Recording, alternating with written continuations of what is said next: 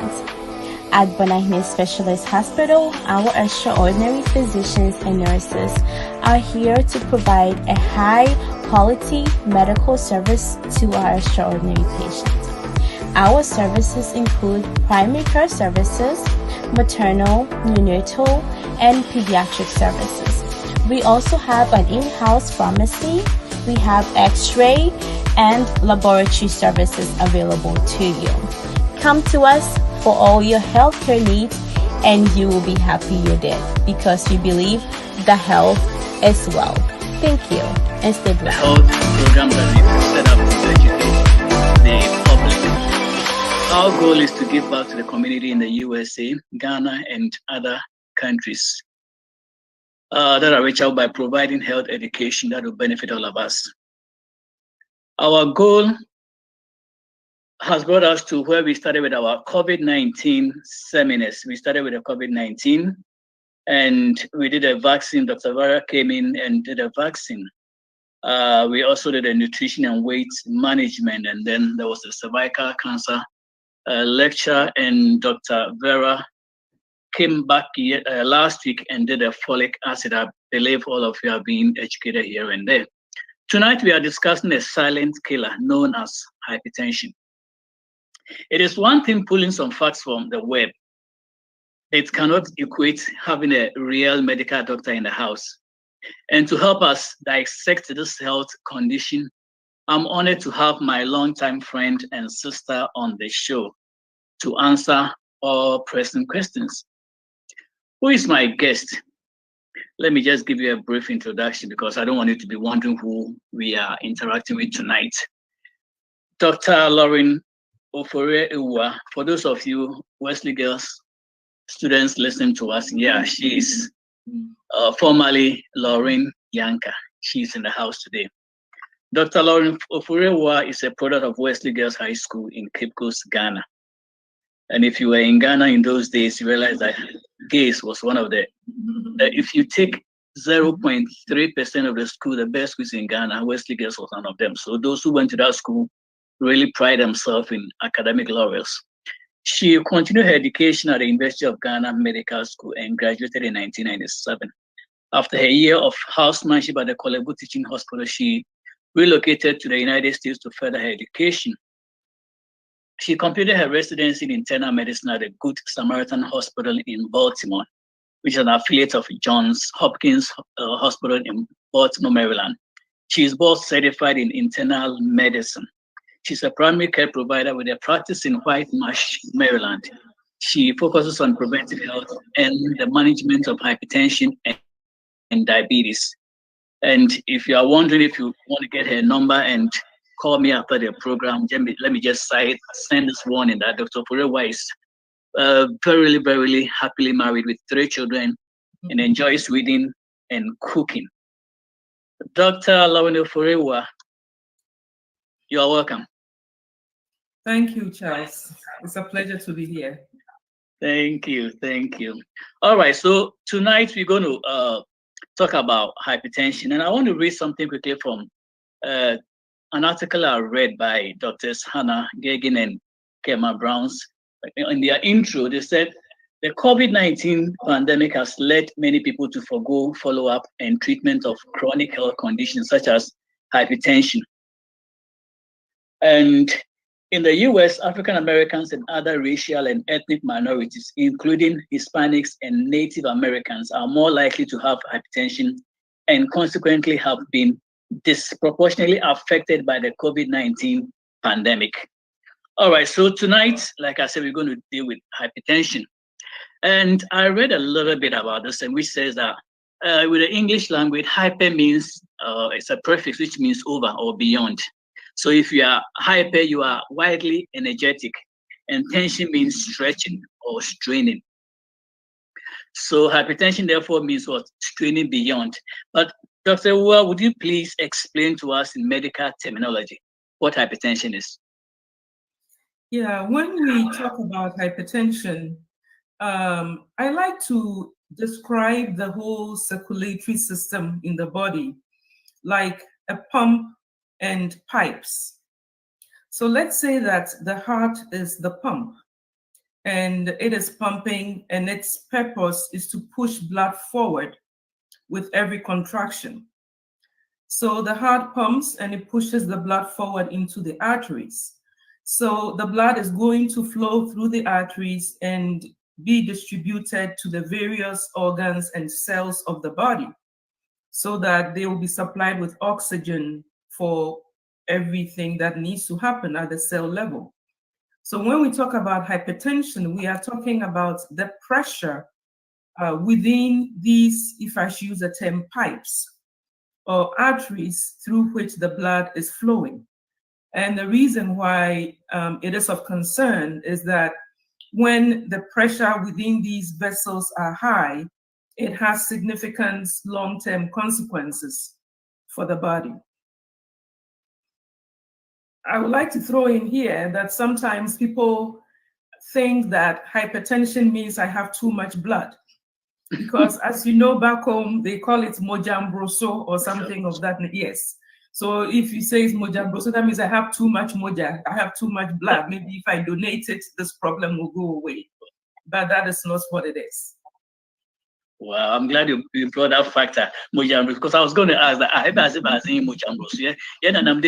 What's Mojambroso? But tonight we are going to re-educate ourselves, and like you know, this show is meant to re-educate us. Whatever we have learned in school that didn't actually work or is not working, we are going to re-educate ourselves. That's why we have very smart and learned doctors like Dr.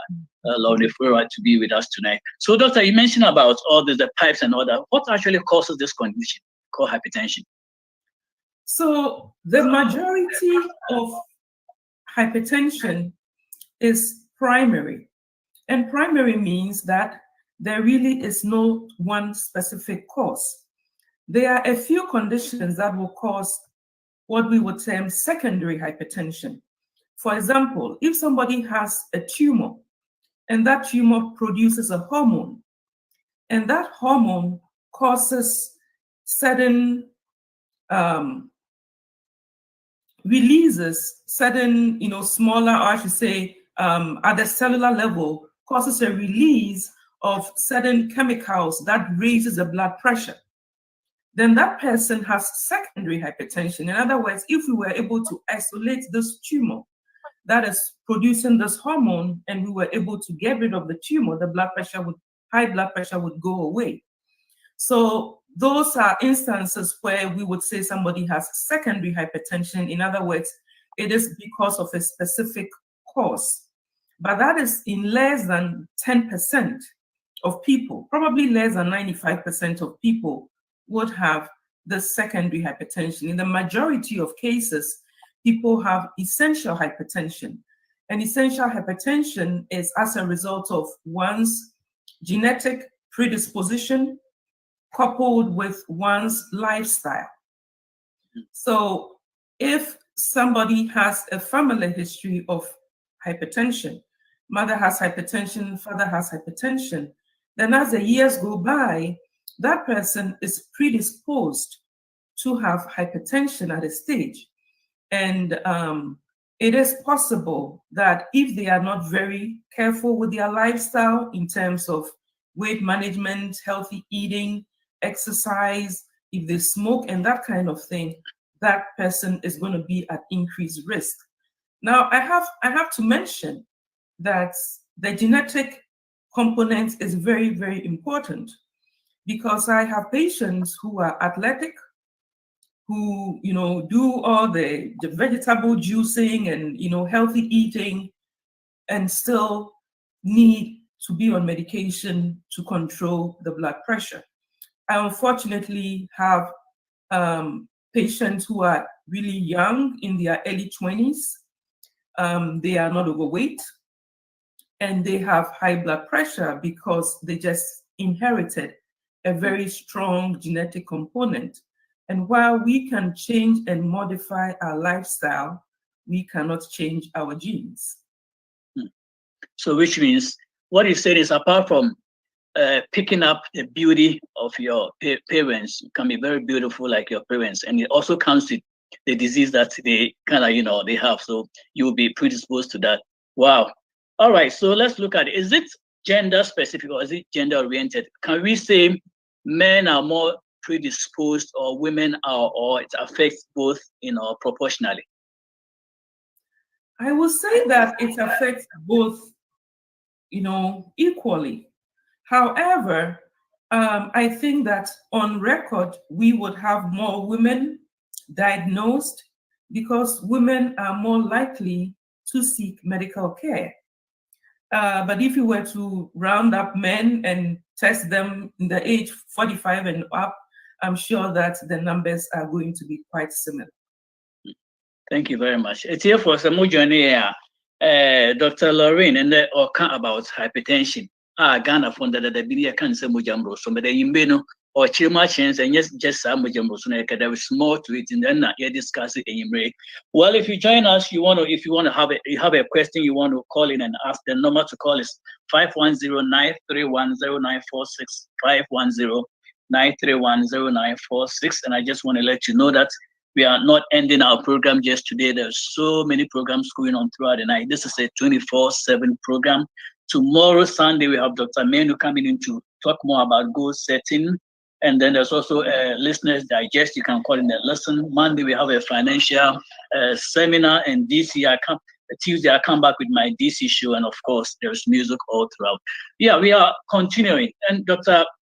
Lauren was telling us about whether it's gender specific or she just finished answering that question. And I want to follow up with this question: Is treatment necessary if you have this hypertension? Can we say to go away by itself, or we have to seek treatment? Yeah. At the end of the day, the goal is to normalize the blood pressure. And since we are considering genetic factors as well as lifestyle factors, if somebody is overweight, they smoke, they don't exercise, and they have high blood pressure, we have to consider how high is the pressure. We have stage 1, stage 2. So if the person has mild hypertension, let's say the blood pressure is in the 140s for the upper number, which we call the systolic. Let's say the blood pressure is in the 90s for the lower number, which we call the diastolic. So such a person has stage 1 hypertension. It is reasonable to give them the option to try to lower the blood pressure and normalize it with lifestyle modification. So if they are motivated, we can counsel them on quitting smoking, on trying to lose some weight, on lowering the sodium in the diet, and the regular exercise. And some people would be able to normalize the blood pressure with those measures. However, if the blood pressure is high, then it is not safe to delay treatment while waiting for these lifestyle choices to make a difference. Because each minute, each day that the body is experiencing this high blood pressure, damage is being done to our cells and our organs. So in such cases, it is reasonable, and actually it is recommended, to start treatment as soon as possible. People often ask the question, if I start a blood pressure medicine, can I ever come off of it? That is a tough one to answer. And usually what I say is, it depends on what your blood pressure runs. If somebody is started on high blood pressure medication and they are taking the medicine and they are also working on their lifestyle and they follow up, which is very important, follow-up is very crucial. If at follow-up we see that their blood pressure has gone down and is down to a certain level that we are comfortable with, we may cut the medication in two. And if they continue to work hard and continue to adjust their lifestyle, they may get to the point where it will be safe to take them off the blood pressure medication and monitor the blood pressure. But that is not so in all cases, because some people have such a strong genetic predisposition that even with weight loss, they will still need treatment for their hypertension in the terms of medication. So pretty much what you're saying is, if you're on medication, you don't have to go off until your doctor recommends. So can we safely say that this condition will go away after treatment, or it's going to be lingering around? Do we have a permanent treatment that will, just dismiss it away completely? Well, if we are talking about primary or essential hypertension, then the goal is to normalize the pressure. So if the lifestyle change is able to normalize the pressure, all well and good. If the lifestyle change is not able to normalize the pressure and the individual is started on blood pressure medication, I tell them hypertension is a chronic medical condition. Hypertension in most cases is not cured. It is managed. Like most chronic medical conditions, no doctor can tell you that I'm going to give you this pill and it will cure your hypertension.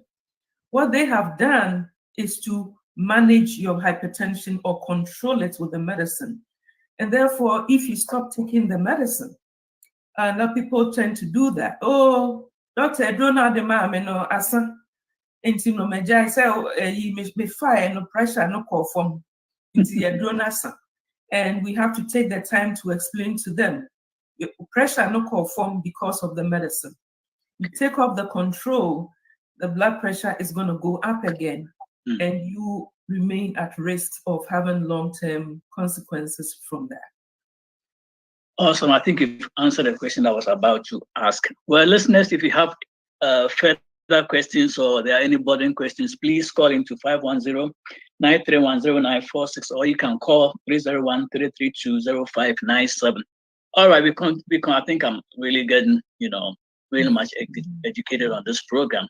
And I think Dr. Ofori-Awuah answered most of the questions. But let me go to, there's a funny question that I received from somebody who says, especially for the men, does the treatment or medication make men impotent?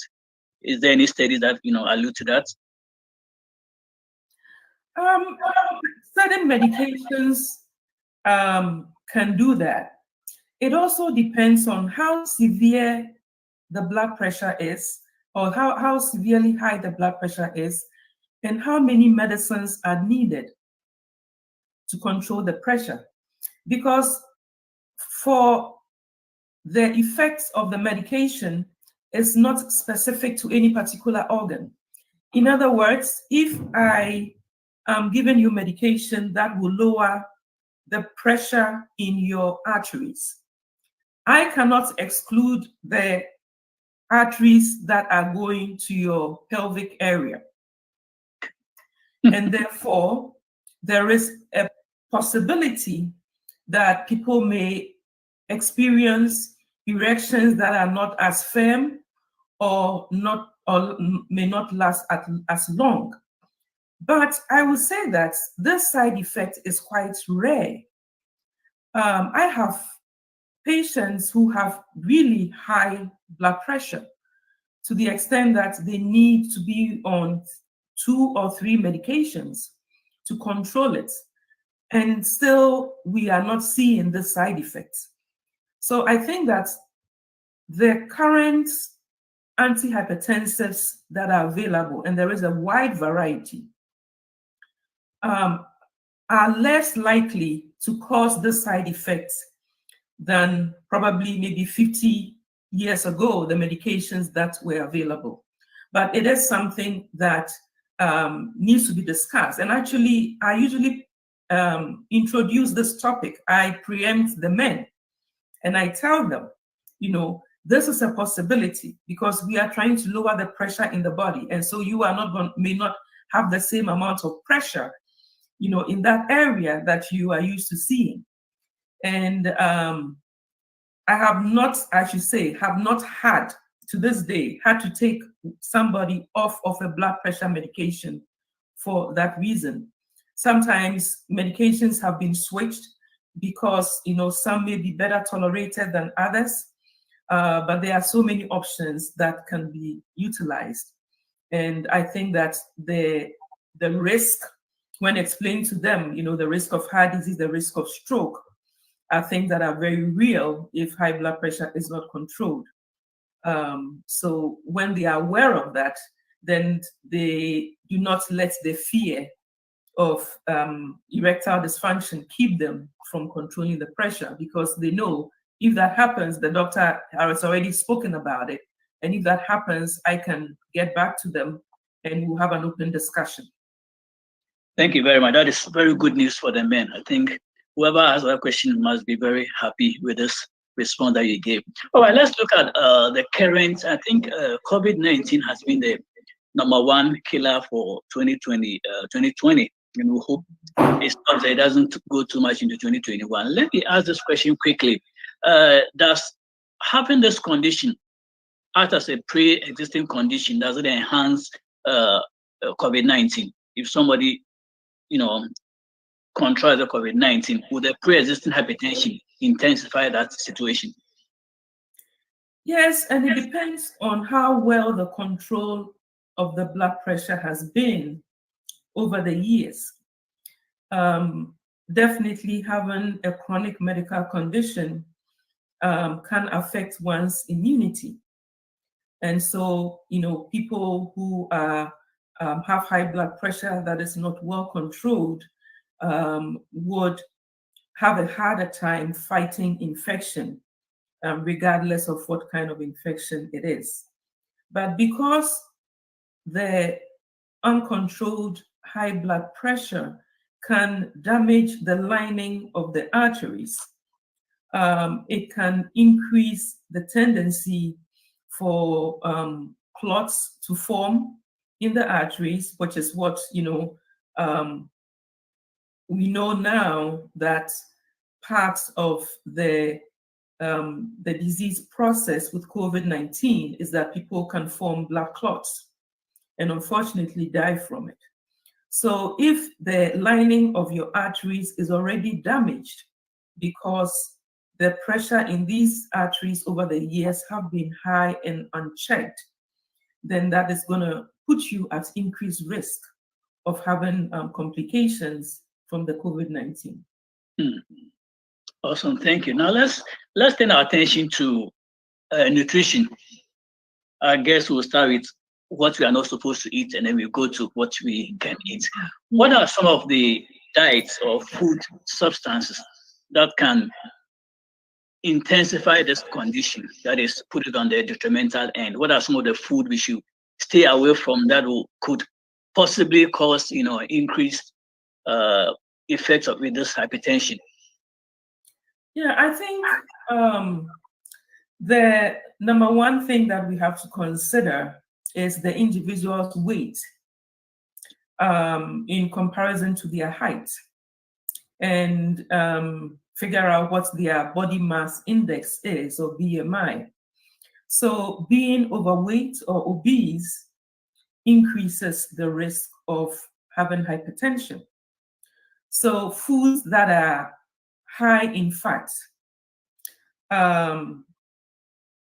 definitely are going to increase the tendency to be obese. And then foods that are high in carbohydrates.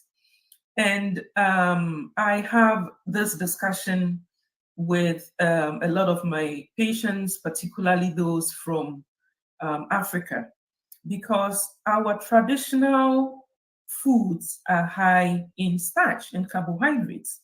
When you talk about the yams and the cassava, you talk about something like banku. Those are things that are high in starch. Now, years ago, back home, we would walk from the house. I remember all the kids in my neighborhood would get together and we would walk about half a mile to school. After school, we would get in the group and walk back home. So physical activity was a more significant and consistent part of our daily activities. So even if you ate, rice for breakfast, you're going to work all day, you're going to sweat it out. If you come home and you eat some yam, it's the same thing. But as we have traveled, and even back home in Ghana, it's not the way it used to be. Lifestyles are more sedentary. So we have to change the eating pattern.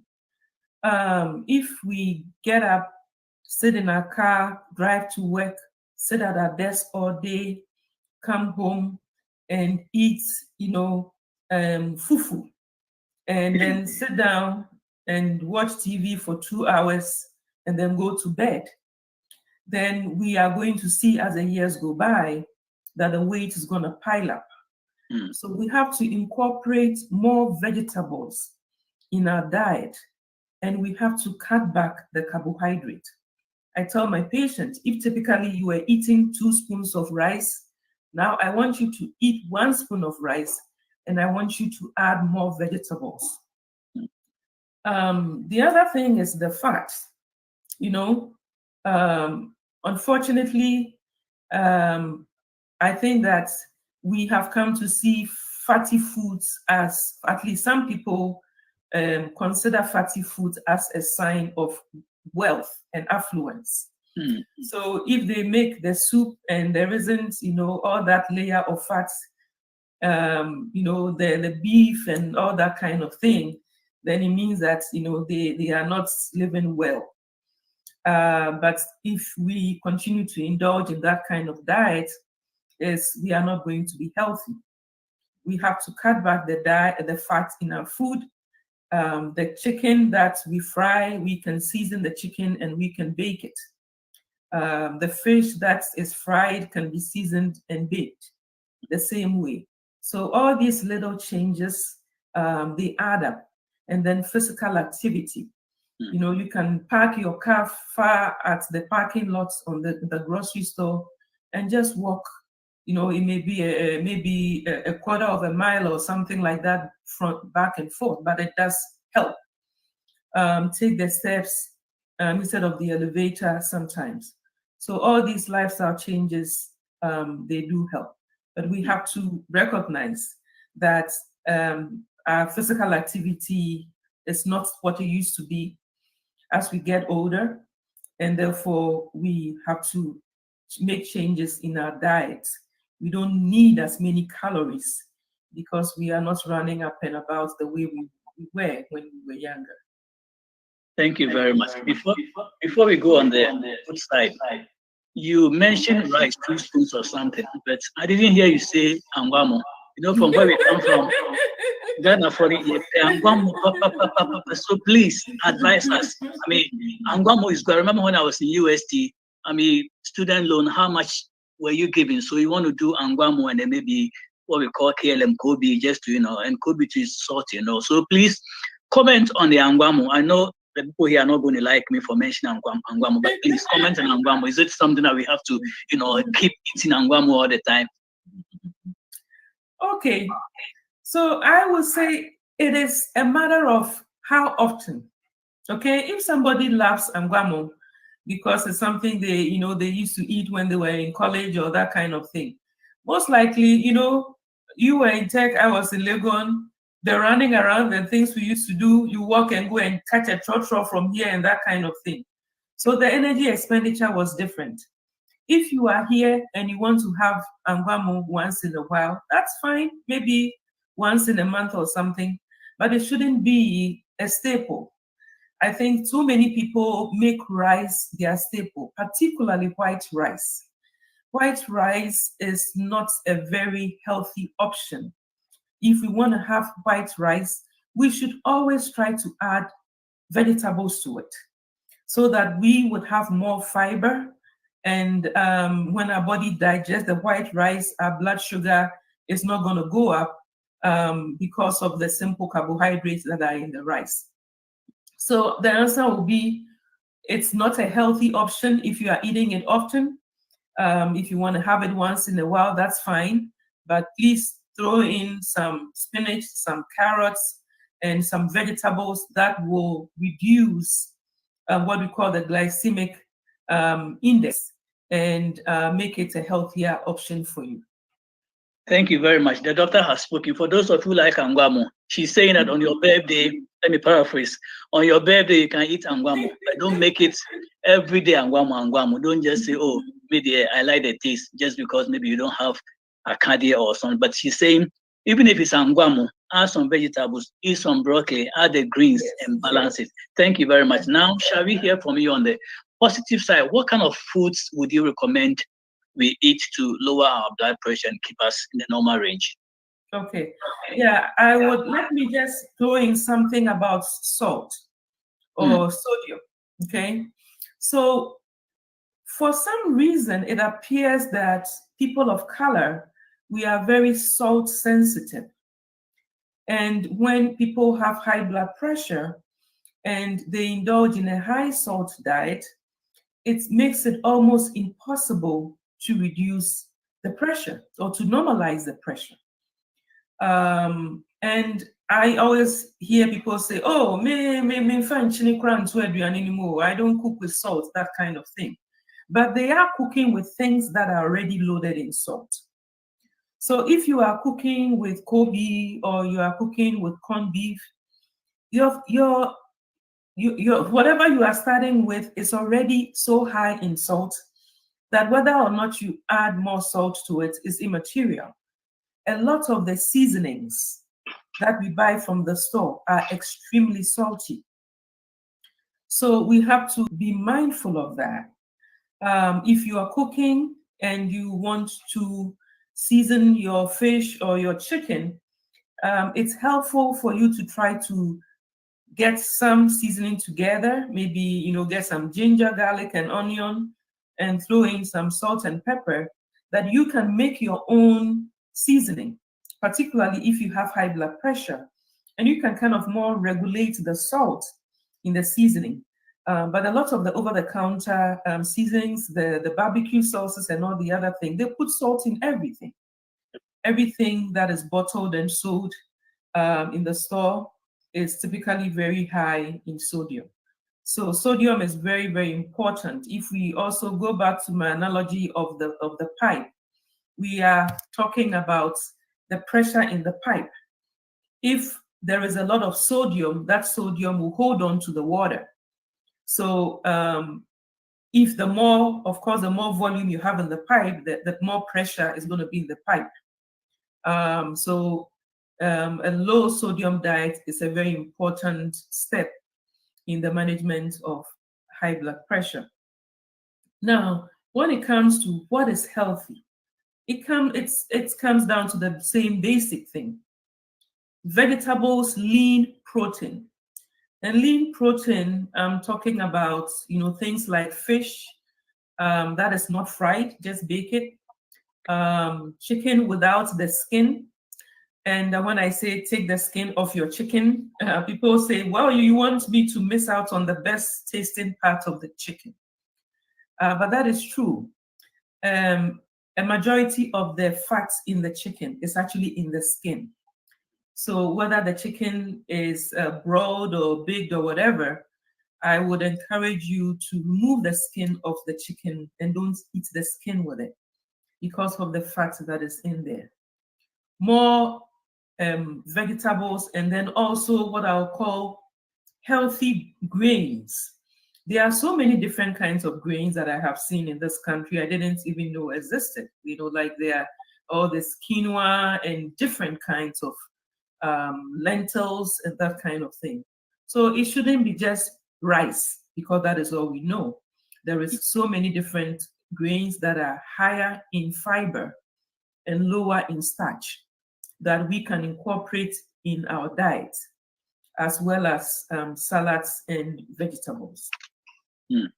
Thank you very much. Well, in case you just joined us, this is the Health is Worth show. And what we mean is that if you are healthy, you are not sick, you don't go to the hospital very often, you save money, you are not spending money on medications or whatever it is, it saves you money. That is why we kind of titled this program, Health is Worth. If you have good health, you are worth it. It doesn't mean you should get money every day to indicate that you are worth it. But then just by not going to the hospital, not spending money unnecessarily on your head, you are worth it. Thank you very much. In case you have any questions, you want to join us, we are discussing this issue with our very smart, learned Dr. Lorraine Ofori-Awuah. And the number to call in is 510-931-0946. 510-931-0946. All right. Doc, let me ask this question. I know there are several chronic diseases that manifest symptoms. What are some of the symptoms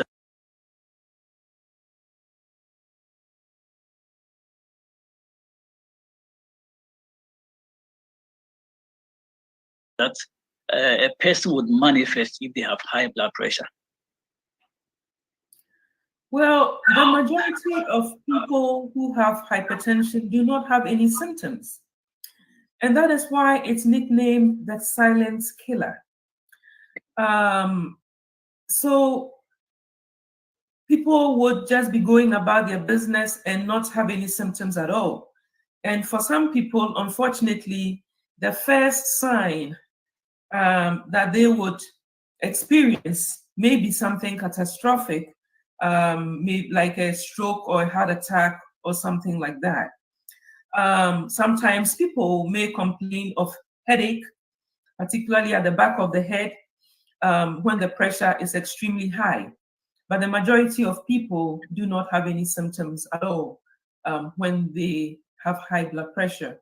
And that is why checking in with a doctor is a good thing, advisable, particularly after age 40, even if you were not doing it when you were younger, and also taking into recognition the family history.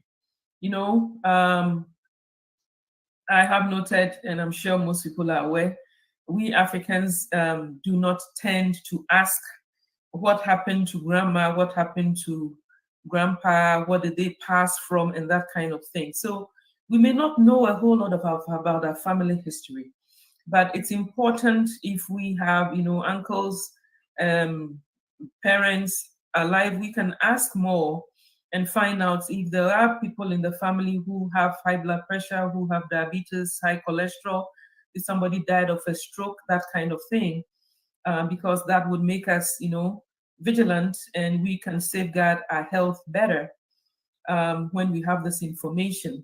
And then, of course, regular check-in with a doctor. People who have been diagnosed with high blood pressure and are on treatment also have to understand that it is important to have follow-up.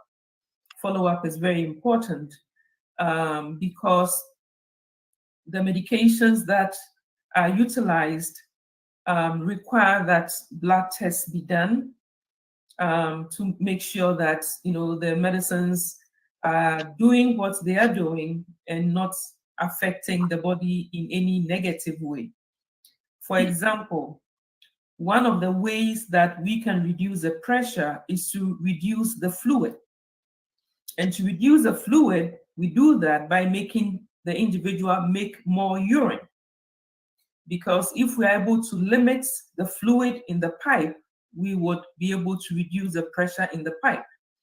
So some blood pressure medicines would act as diuretics, and they would have you make a lot more urine.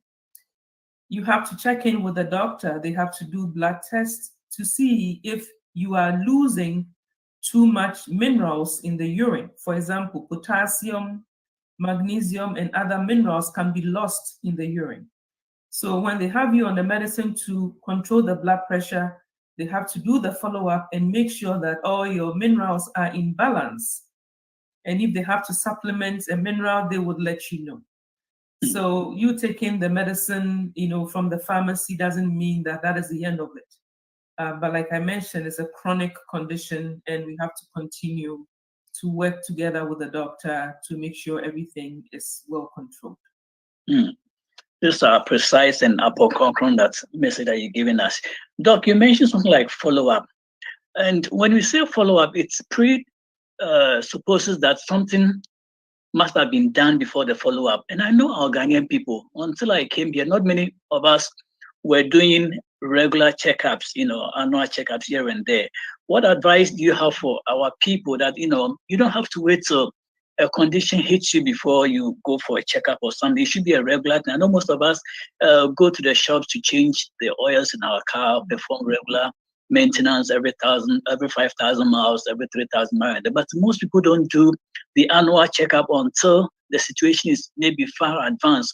What would you say, or what kind of advice do you have for our people that it's imperative that we do those annual checkups? Because I know with being active duty, we are required to do annual checkups, and you have to pass all of them. So please speak to the essence of having regular checkups before any situation becomes chronic. Thank you for that question. That's very important.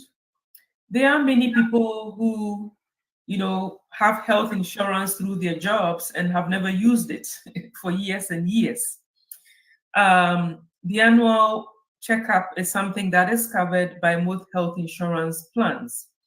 Now, if somebody is on treatment with a prescription medication, for example, hypertension, which is a topic for today, typically when medication is started, the dose may need to be modified or adjusted. For example, if I have somebody new to my clinic and comes in, I check the blood pressure and it's 180/100. Okay, so I am starting this person and I check the blood pressure and it's 180/. Sorry.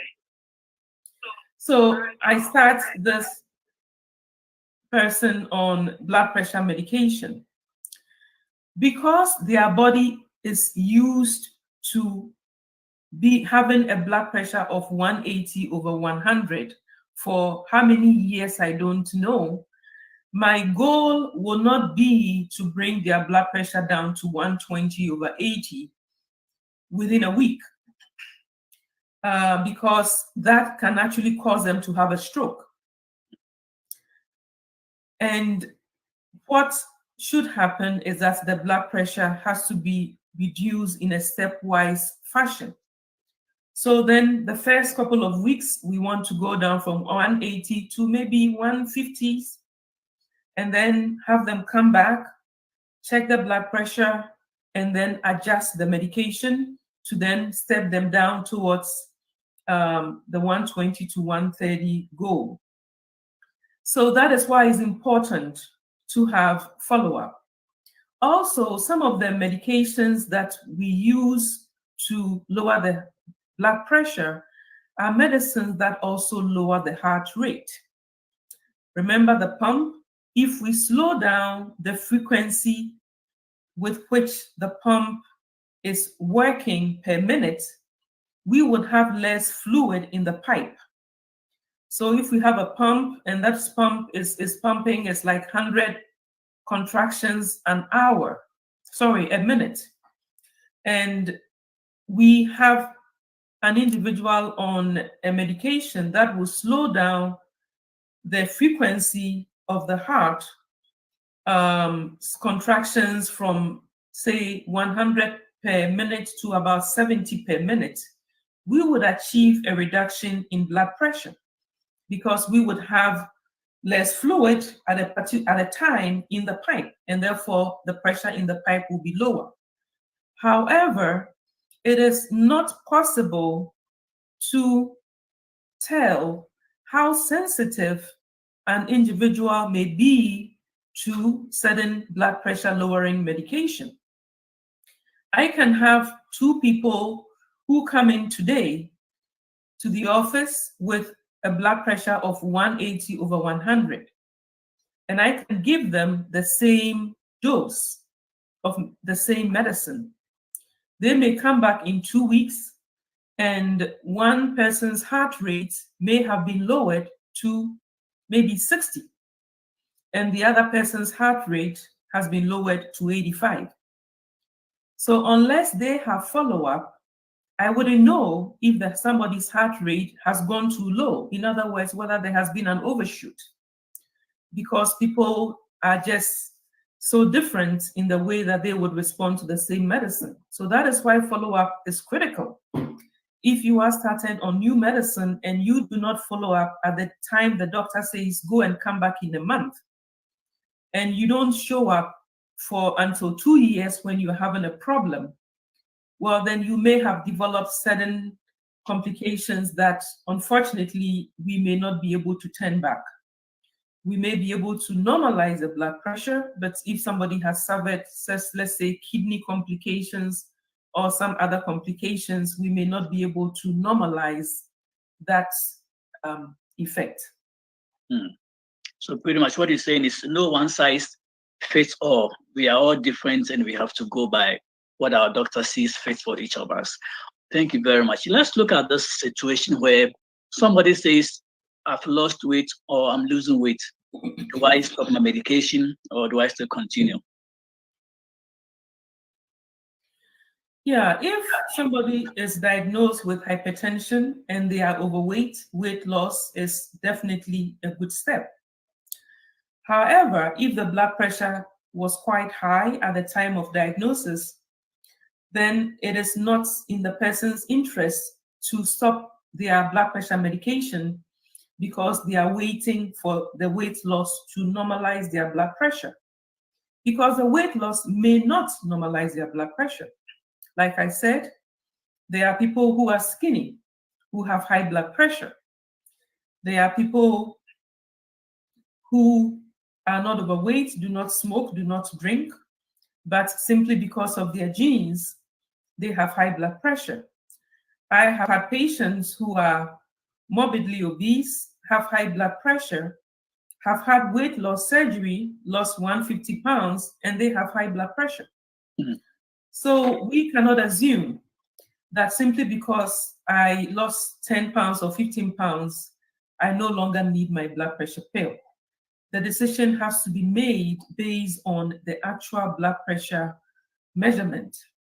And it should be done following discussions with your primary care provider or whoever your care provider is. You're here for Dr. Lorraine Ofori-Awuah, what can I say? When it comes to a high blood pressure now, as I say, you share who you did and you say a follow up on Chayama. You already born to answer because if you doctor, your mom I say by regular checkup. If you have any question that still bothering your mind, you want to throw it out before we leave, the number to call is 510-931-0946, 510-931-0946, and you are on the Health is Wealth show. Madam Doctor, I'm gonna post Madam Doctor, let me miss a question. When it comes to managing stress, what would you say is the best way to go about it? I know stress can also increase your blood pressure. I mean, what take do you have on that? Yeah, stress is an important contributor to hypertension. And stress may be job related. It may also be, home environment. Sometimes I would say people's lifestyle in terms of activities, engagement, things that they commit to. They may end up having too much going on at the same time, not giving themselves enough time to rest, sleep, eat healthy, cook healthy, etc. Now, stress management is, I would say, different for each individual. Of course, we don't want people to indulge in unhealthy ways to manage their stress. In other words, we don't want people to smoke or drink alcohol because they think it manages their stress. There are more healthful ways to manage stress, such as exercise. Exercise is an excellent way to manage stress. You have a good workout, you sweat, you take a shower, you feel refreshed. Sleep is a very good way to manage stress. Just managing your schedule so that you are not overwhelmed, is important for the management of stress. And then whatever works for the individual. For somebody, it may be meditation. For another, it may be hiking. For another, it may be, reading their Bible if, they are spiritual. For another, it may be listening to music, that kind of thing. So you find out what are the things that you enjoy doing that relaxes you, that makes you feel less stressed, that are healthy, and devote time to do more of that. And that will reduce the stress. Thank you very much. Mhm. Oh, go ahead. Sorry. Yeah. Go ahead. Also be mindful of, your schedule.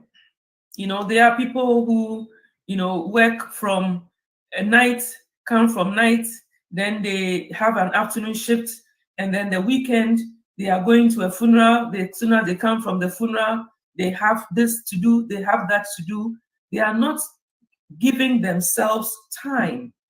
They are not giving their own body time to rest, and running all over the place, trying to be involved in just so many activities that can actually also lead to stress.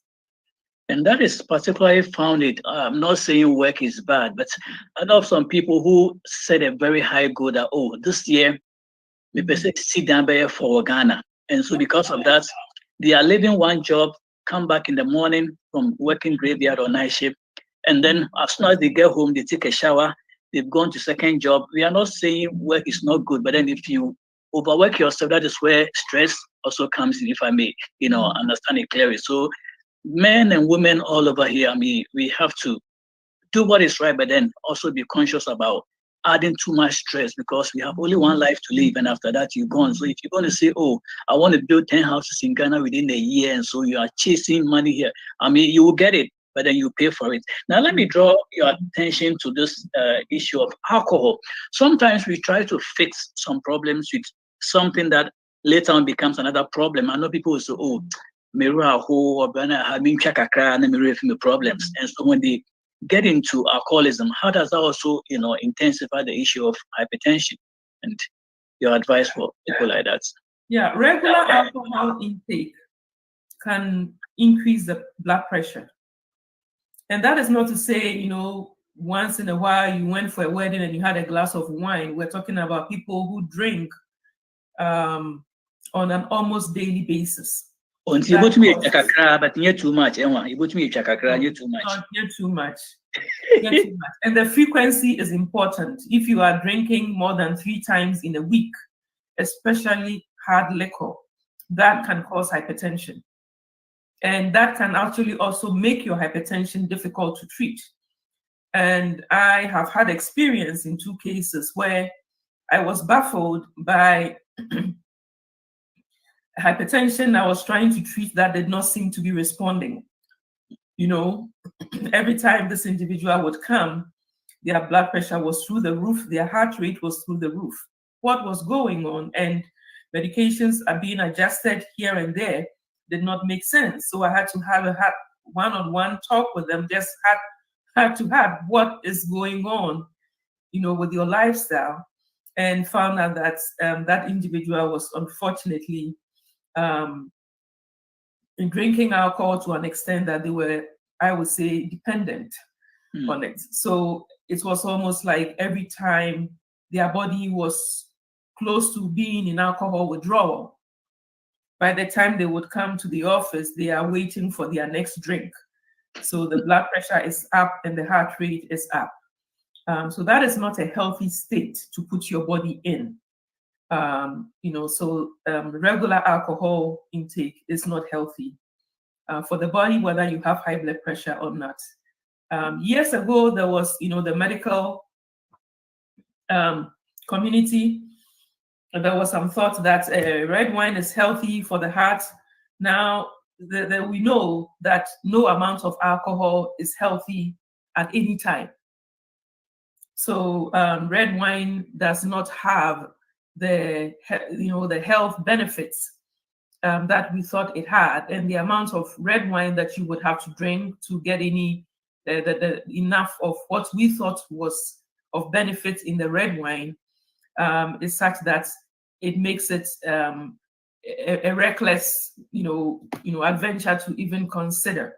So no amount of alcohol is healthy.